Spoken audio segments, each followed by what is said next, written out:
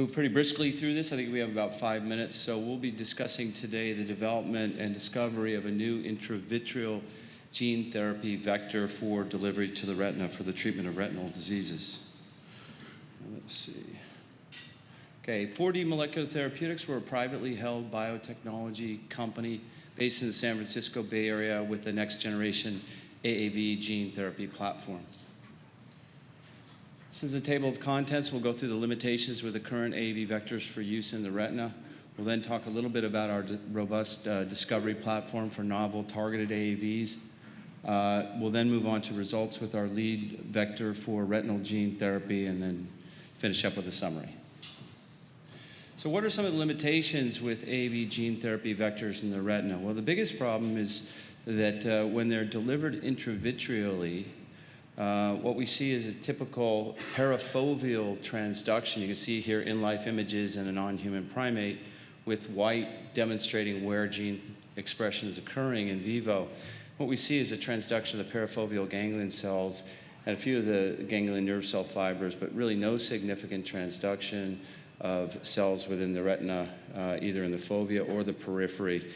And this has led a number of leading companies such as Spark and Nightstar to develop a subretinal injection approach with standard AAVs to overcome this limitation.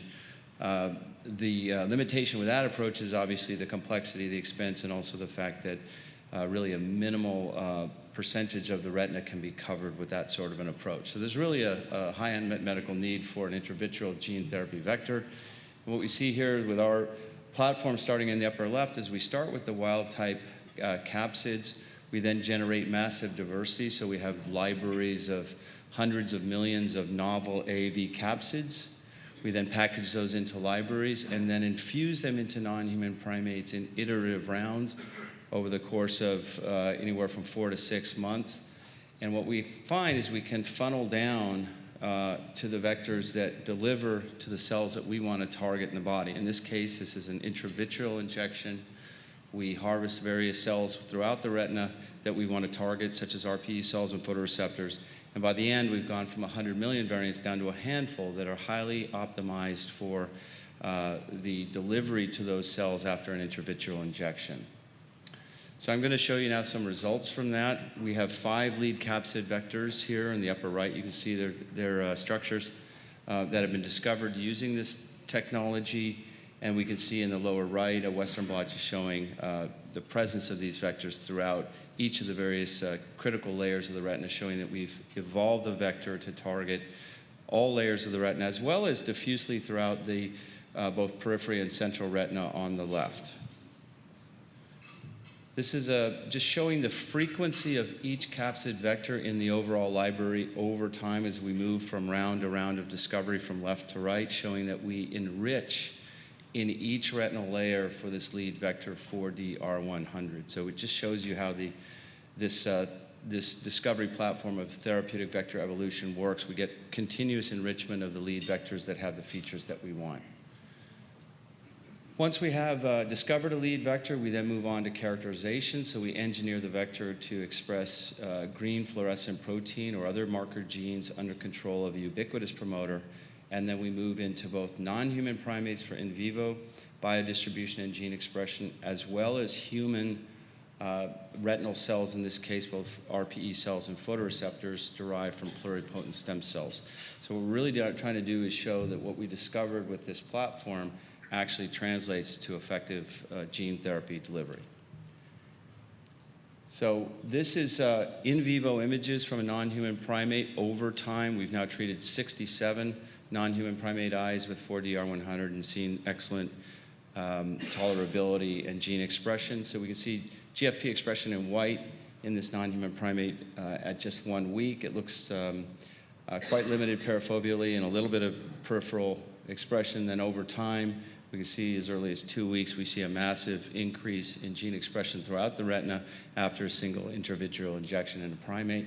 And again, that's sustained out as far as 6 months. Again, we've treated over 65 eyes total and seen this consistently. So high-level, durable expression with minimal evidence of inflammation or any toxicity. We then did biopsies of these retinas just to show diffuse staining and GFP expression in the RPE layer and in the photoreceptors you can see here. We also looked at the periphery of the retina here. You can see the image in the upper left of the animal, and then in the lower panels we can see gene expression with GFP in both red and green in the photoreceptor layer as well as the RPE layer. We also see gene expression in human RPE cells. You can see this is compared to AAV2, which is standard for the field. We can see a high degree of superiority in these graphs to the right over increasing doses, showing that this vector is not only optimized for delivery with intravitreal injection, but also transduction of human RPE cells. We've also confirmed a high degree of expression within photoreceptor cells from human pluripotent stem cells as well. Finally, we can use this for therapeutic intent. In this case, this is a choroideremia-derived patient cell line where we've replaced REP1 with the vector expression and shown that the target of REP1, RAB27, is now localized to the plasma membrane, and the phenotype of these cells has been corrected. So in summary, current vectors with AAV fail intravitreal injection, and we really, these require subretinal injection. 4D-R100 is a novel vector with high efficiency transduction of multiple retinal cell types in primates after intravitreal injection, and also in human RPE cells and photoreceptor cells in vitro. And we've shown correction of the choroideremia phenotype in RPE cells with a 4D-R100 vector expressing the REP1 transgene. We've seen an excellent safety profile in non-human primates to date, and the plan is to target an IND filing for choroideremia before the end of the year. Thank you.